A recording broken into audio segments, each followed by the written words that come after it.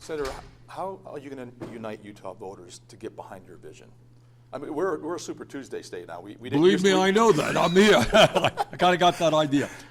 Look, I think the truth of the matter is the overwhelming majority of the American people in Utah, in Vermont, and across this country believe in justice. We believe in honesty.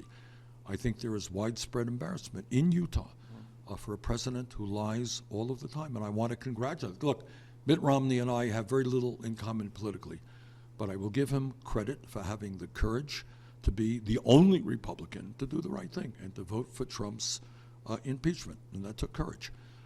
But I think we unite the American people around an agenda that works for all of us, whether you live in Utah or you live in Vermont, Massachusetts. People need a living wage. If you're going to work 40 hours a week, you shouldn't live in poverty. And also, we have got to join the rest of the industrialized world and guarantee health care to all people as a human right. This is not a radical idea. It exists in every other major country on earth.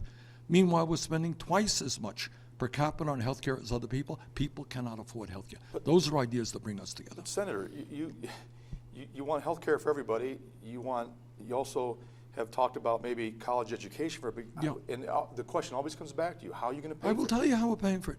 If I'm telling you, and you're not arguing with me, we spend twice as much per person on health care.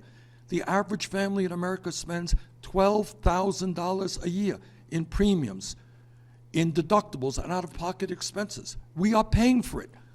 So when you get rid of premiums and you get rid of out-of-pocket expenses and you lower the cost of prescription drugs, we save people substantial sums of money on their health care costs. Would you rather pay $12,000 a year in health care costs to the insurance companies or $2,000 or $3,000 a year more in taxes? You know what? You'd say, hey, Bernie, sign me up. Right. Well, last question. I'm just thinking about, you mentioned the super PAC today. Yes. And politics is a dirty business. Yes, it is. Yes, it is. But could part of it be that people are afraid of you because of your socialist ideas? No. Find out who is funding the super PAC. And unless I am very mistaken, it will be people from the drug companies who are charging us outrageously high prices, people from the fossil fuel industry who make billions while they destroy our planet. Those are the people who fund our super PACs. Do you think you can win Utah? Absolutely, I do. I think we stand a very good chance, and I'm very proud of the grassroots movement that we have here in Utah. We're very conservative, you know that. So. Yeah, you know, it's a funny thing. Well, it's a long discussion.